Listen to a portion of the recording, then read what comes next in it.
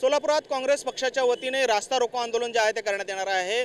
खरं तर काँग्रेसच्या लोकप्रतिनिधींच्या नेतृत्वाखाली या ठिकाणी हे आंदोलन करण्यात येणार आहे। आपण पाहतोय सोलापूर कृषी उत्पन्न बाजार समिती बाहेर हे आंदोलन करण्यात येणार आहे आणि त्यासाठीच जय्यत तयारी जी आहे ती या ठिकाणी करण्यात आलेली आहे। काँग्रेसचे सर्व पदाधिकारी जे आहेत ते आता या ठिकाणी दाखल झालेले आहेत। तर दुसरीकडे पोलिसांचा मोठा फौजफाटा जो आहे तो या ठिकाणी तैनात करण्यात आलेला आहे। खरं तर हा चौक असा आहे या ठिकाणी सोलापूर पुणे राष्ट्रीय महामार्ग त्याचबरोबरीने सोलापूर हैदराबाद राष्ट्रीय महामार्ग हे दोन महामार्ग एकमेकांना जोडले जातात।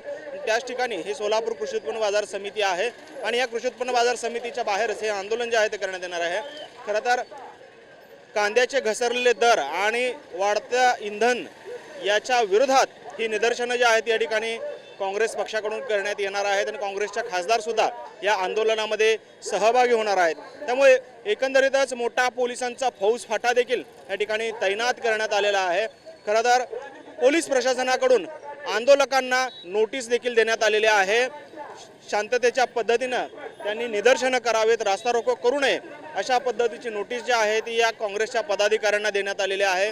काँग्रेसचे प्रसिद्धी प्रमुख तिरुपती परकीबंडला यांना देखील ही नोटीस जी आहे ती बजावण्यात आली आहे। त्यामुळेच एकंदरीतच या आंदोलनामध्ये नक्की आता काय भूमिका घेणार, रास्ता रोको होणार की निदर्शनं केली जाणार हे पाहणं देखील महत्त्वाचं ठरणार आहे। त्यामुळे काही वेळातच या ठिकाणी या आंदोलनाला सुरुवात होणार आहे।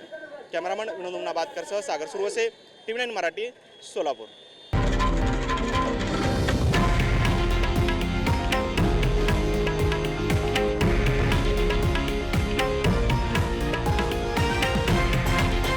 हे आहे देशातील नंबर 1 न्यूज नेटवर्क आणि आपण पाहत आहात TV9 मराठी, एकमेव।